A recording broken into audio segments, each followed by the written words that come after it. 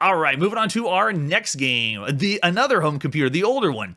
This is the Commodore PET, and this is Dungeon. For artwork, I don't think we got too much. What do we got? Oh yeah, we have the cassette tape blown up to the largest level, but this looks like, ooh, I really hope this is a roguelike game. At least that's what it looks like from the screenshots. All right, here we go. It's December 1979. We're playing Dungeon on the Commodore PET. All right, so Commodore PET has different versions. I'm not sure if this version is the correct one or not. We'll see if the game crashes on us. All right, so for booting up, let's see. We'll just follow the instructions, see how it works. Search for gold in the ancient ruins.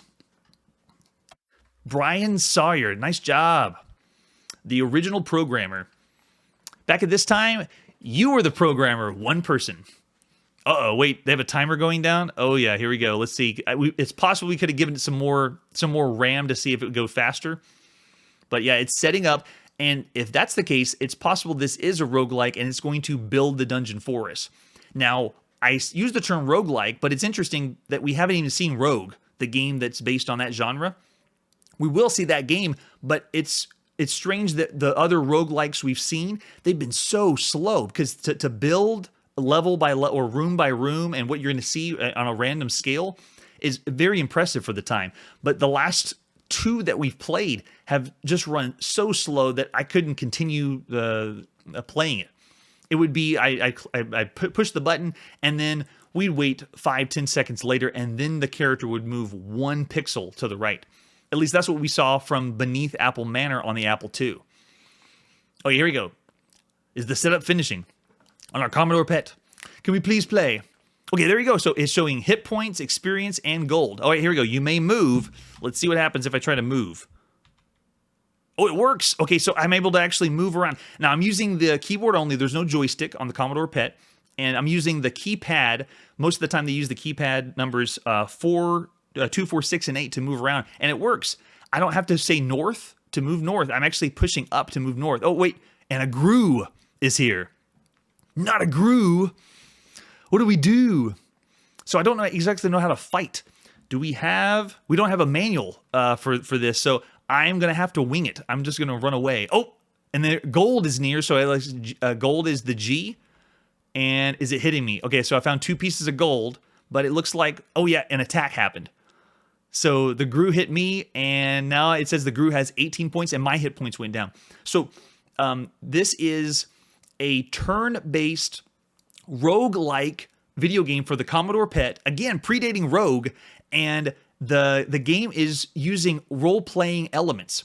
So we've seen only 1 or 2 games that have done that, where they're taking the Dungeons and Dragons idea of hit points and experience and gold, and then transferring that into a video game. Now, keep in mind, this is before Wizardry, and this is before the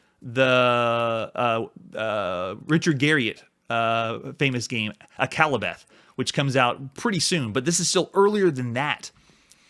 And this is just to give you an idea of the home computer world that we're in. So I am the black dot, and the GRU is chasing me. I don't know if I can take him out, but if I go for, let's see if I can go for an attack. Can I attack him? Yeah, so I attacked him. Let's see what happens to him. My hit points were, whoa, they went from 20 down to 6. And the GRU, oh, the GRU is attacking me back. I probably will not survive. Yes, you are dead. Oh, there we go. And it's giving us a final scroll. Oh, nice. So when you die, it shows you what you could have seen. It built the whole map while we were waiting, and this is all the rooms that it built, and it's showing you where all the gold spots were. Okay, so I killed no beasts. Yeah, I died. Do you want to play again?